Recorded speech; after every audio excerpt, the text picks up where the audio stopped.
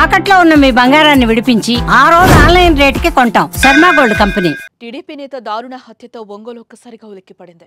TDP అధికార ప్రతినిధి మాజీ ఎంపీపీ అయిన ముప్పవరపు వీరయ్య చౌదరిపై దుండగులు దాడి చేసి దారుణంగా హత్య చేశారు. పద్మా టవర్స్లోని తన ఆఫీస్లో వీరయ్య చౌదరి ఉన్న సమయంలో ఆయనపై దాడి జరిగింది. ముసుగులు ధరించి వచ్చిన ముగ్గురు దుండగులు కత్తులతో ఆయనపై దాడి చేశారు. ఈ ఘటనలో వీరయ్య చౌదరికి తీవ్ర గాయాలయ్యాయి. స్థానికులు వెంటనే గమనించి వీరయ్య చౌదరిని ఆసుపత్రికి తరలించారు. అయితే అప్పటికే ఆయన చనిపోయినట్లుగా తెలిసింది. ఇక వీరయ్య మృతితో ఒంగోలులో ఉద్రిక్తత వాతావరణం చోటు చేసుకుంది.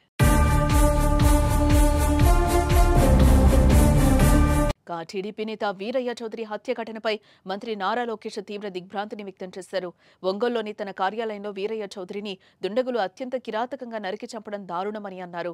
యువగళం పాదయాత్రలో తనతో పాటు అడుగులు వేసిన వీరయ్య చౌదరి పార్టీలో ఎంతో క్రియాశీలకంగా పనిచేశారని మంత్రి లోకేష్ గుర్తు చేసుకున్నారు. హంతకులపై కఠిన చర్యలు తీసుకోవాల్సిందిగా ఇప్పటికే పోలీసు యంత్రాంగాన్ని ఆదేశించామని, వీరయ్య చౌదరి కుటుంబానికి పార్టీ అండగా నిలుస్తుందని మంత్రి లోకేష్ భరోసానిచ్చారు.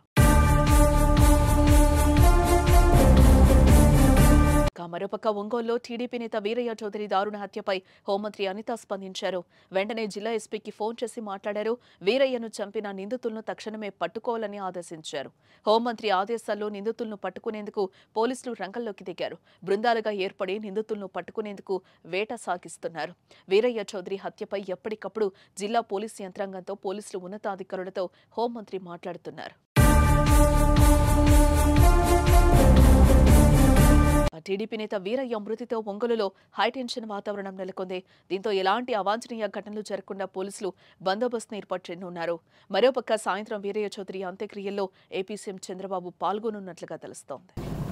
ఈరోజు చాలా దురదృష్టకర సంఘటన. తెలుగుదేశం పార్టీ మండల పార్టీ అధ్యక్షులు, అదేవిధంగా మాజీ ఎంపీపీ వీరయ్య చౌదరి గారిని ఈరోజు అతి దారుణంగా కిరాతకంగా చంపడం అనేది చాలా దురదృష్టకర సంఘటన. ఒక్కసారి ఆ సిచ్యువేషన్ చూస్తేనే కొంచెం చాలా ఇబ్బందికరంగా ఉండే పరిస్థితి. ఎందుకంటే ఇప్పటి నుంచో తెలుగుదేశం పార్టీ నమ్ముకున్న వ్యక్తి, అదేవిధంగా ఒక మంచి వ్యక్తి, చుట్టుపక్కల అంతా కూడా మంచి పేరున్న వ్యక్తి. మరి ఇటువంటి ఏ కారణాలతో అక్కడ చంపడం అనేది జరిగిందో తెలియదు, కానీ ఇమీడియట్గా పోలీస్ డిపార్ట్మెంట్ వాళ్ళు కూడా అక్కడ చేరుకున్నారు. సంఘటన జరిగిన వితిన్ 20 minutes ఎస్పీ, సాక్షాత్తు ఎస్పీ గారు కూడా సంఘటన స్థలానికి చేరుకోవడం కూడా జరిగింది.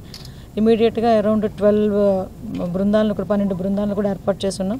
అన్ని బృందాలకి కూడా డిఎస్పీ లెవెల్ ఆఫీసర్ని కూడా మేము ఎండాస్ చేస్తున్నాం. మ్యాక్సిమం అన్ని చోట్ల కూడా వెతకడం స్టార్ట్ చేసాం. టెక్నికల్గా కూడా వాళ్ళు ఎక్కడెక్కడైనా దొరుకుతారని చెప్పి టెక్నికల్గా అన్ని ఆస్పెక్ట్స్లోని కూడా మేము ఎంక్వైరీ చేసుకుంటున్నాం. యాజ్ వెల్ యాజ్ పాసిబుల్ నిందితులు ఎవరైతే ఉన్నారో వాళ్ళని పట్టుకొని శిక్ష పడే వరకు కూడా మేమందరం కూడా చేస్తామని చెప్పి మీ అందరికీ కూడా తెలియజేసుకుంటున్నాం. ఇటువంటి సంఘటనలు జరగకుండా చూసుకునే బాధ్యత కూడా తీసుకోవాలి. ఈరోజు సీసీ కెమెరాస్ సంబంధించి వాళ్ళ ఫుటేజెస్ కానీ అవన్నీ కూడా తీసుకుంటున్నాం.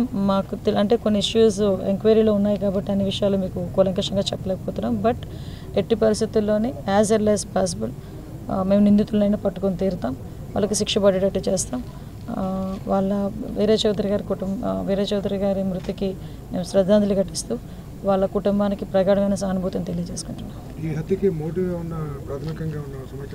లేదంటే డిఫరెంట్ మోటివ్స్ వస్తున్నాయి. బట్ మనం ఒక్కదాని మీద మనం కన్ఫర్మేషన్ లేకుండా చెప్పకూడదు.